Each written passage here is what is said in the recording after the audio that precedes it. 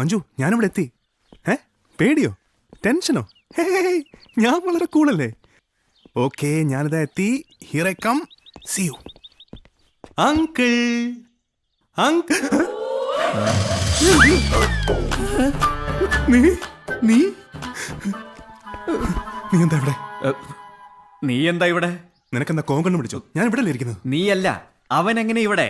യവൻ ലോ ലവൻ. അവൻ ഇവൻ.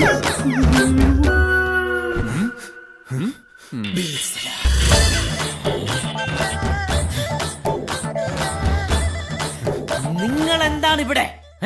ആഹാ, അപ്പൊ എന്റെ പ്രണയത്തിന് പാര പണിയാൻ വേണ്ടി ഇറങ്ങിയിരിക്കല്ലേ രണ്ടും. നിങ്ങളെ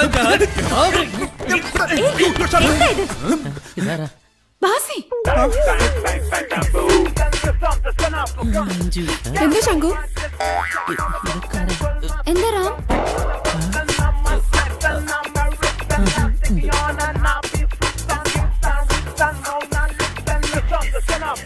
ഇവരെന്താ ഇവിടെ?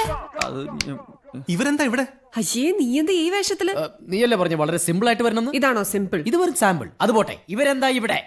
ഇവരെന്താ ഇവിടെ? ആരവിടെ? അതാരാ അവിടെ? ഞാനാ ഇവിടെ. ഇയാളെങ്ങനെ ഇവിടെ?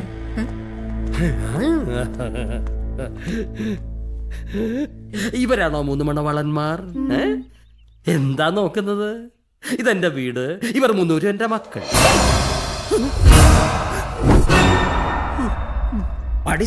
ഡാഡി,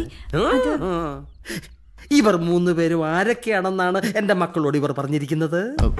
ഇവന്റെ അച്ഛൻ എങ്ങനെ സൗത്ത് ആഫ്രിക്കയിൽ ഡയമണ്ട് കൃഷി നടത്തുന്നു. നിന്റെ തന്ത ആർക്കൈപ്പിയിൽ ഉണ്ടാക്കുന്നു. മലപ്പുറത്തുകാർക്ക്. എന്റെ പെമ്പിള്ളേര് നിൽക്കുന്നോണ്ട് ഞാനൊന്നും പറയുന്നില്ല. നിന്റെ അച്ഛൻ വലിയ ബിസിനസ്സുകാരൻ.